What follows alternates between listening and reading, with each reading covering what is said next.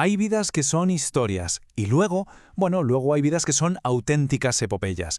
Y la de Francisco Javier, desde luego, es una de ellas. Hoy vamos a meternos de lleno en la vida de un hombre que, por una fe, digamos, inquebrantable, pasó de los salones de París a los confines de Asia. Su historia es, en esencia, la definición de lo que significa ser un discípulo hasta las últimas consecuencias. Mirad, para entender de verdad a Francisco Javier, yo creo que hay que empezar por aquí, por sus propias palabras. Esto no es la frase de un académico, ¿verdad? Es el grito de un alma que está literalmente en llamas.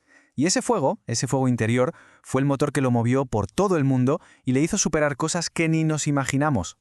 Claro que antes de todo ese fuego, lo que había era otra cosa: ambición, pura y dura. Estamos a principios del siglo XVI. Francisco Javier es un joven noble de Navarra, un tipo brillante, con una carrera por delante como profesor en la Sorbona, en París. Vamos, que tenía el mundo a sus pies. Y aquí es donde se ve el choque brutal de dos mundos, o sea, de dos planes de vida totalmente opuestos. Por un lado lo que él quería, ser profesor, tener fama, vivir bien, cómodo, y por el otro, lo que le pone sobre la mesa un compañero de la universidad, un exmilitar 16 años mayor que él, que era Ignacio de Loyola.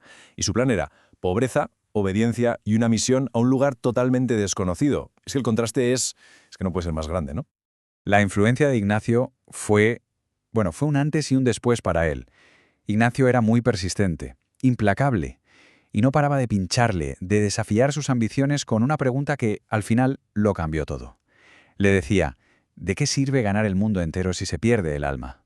Y claro, poco a poco, esa pregunta le fue calando. La perspectiva de Javier empezó a dar un vuelco.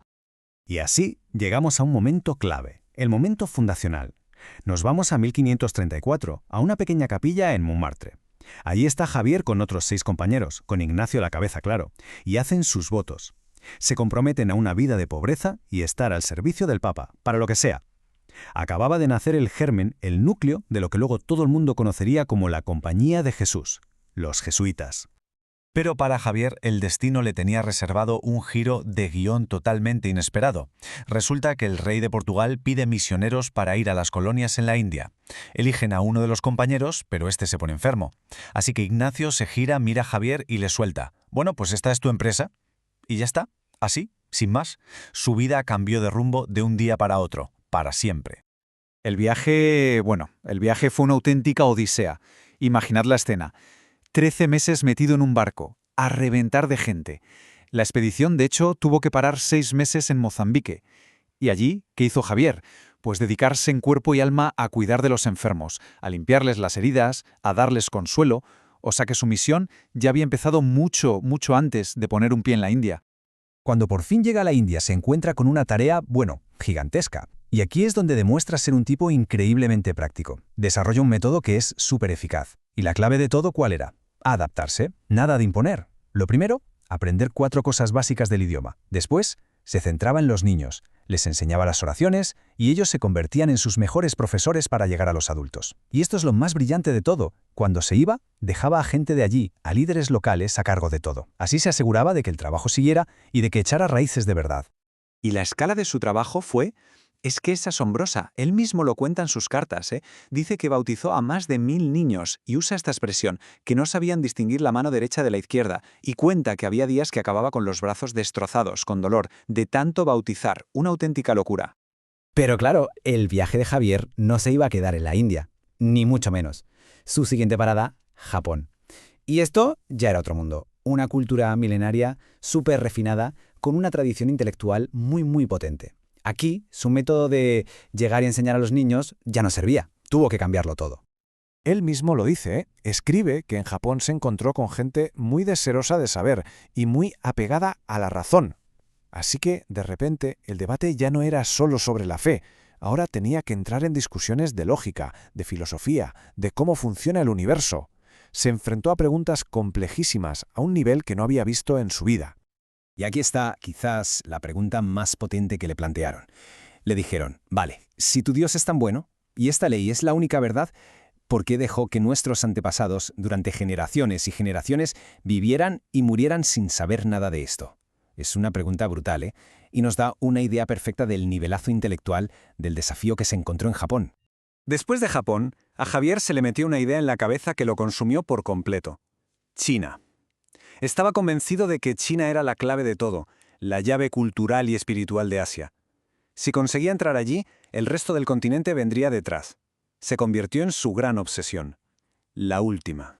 Pero lo increíble es que el muro con el que se topó no se lo pusieron los chinos, se lo puso uno de los suyos. El capitán del puerto de Malaca, un portugués, Álvaro de Ataíde, por pura envidia y por líos comerciales, le saboteó toda la misión diplomática. O sea, le impidió entrar. Fue una traición, en toda regla. Devastadora. Así que Javier se quedó allí, tirado en la isla de Sancián, que está a poquísimos kilómetros de la costa de China. Desde la playa podía ver las colinas de esa tierra, que era su gran sueño, pero no podía llegar. Se quedó esperando, cada vez más enfermo, más débil, a ver si encontraba a alguien que lo pasara de contrabando. Pero ese barco nunca llegó. Francisco Javier murió allí, el 3 de diciembre de 1552, en una cabaña miserable, con la vista fija en China.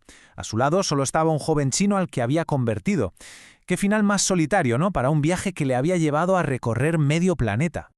Pero claro, la historia de Javier no acaba con su muerte. ¿Qué va? De hecho, se podría decir que es justo ahí donde empieza a crecer su leyenda. Es la prueba de que el impacto de una vida así, tan llena de convicción, va mucho más allá de la propia existencia. Por un lado, su cuerpo, que meses después lo encontraron incorrupto y que hoy es una reliquia que se venera en Goa. Pero su legado de verdad, el más potente, está en sus cartas. Esos escritos, llenos de pasión, de detalles, se copiaron, se tradujeron, se leyeron por toda Europa y sirvieron de inspiración para miles de misioneros que quisieron seguir sus pasos. Su historia al final se convirtió en un faro para muchos. Al final, toda la vida de Francisco Javier nos deja con una pregunta muy potente. Porque más allá de la fe o de la historia, su viaje es un testimonio brutal, radical, de lo que una persona puede llegar a hacer cuando se mueve por una convicción absoluta. Y la pregunta que queda en el aire es, ¿qué nos dice su viaje sobre la fuerza que pueden llegar a tener nuestras propias convicciones?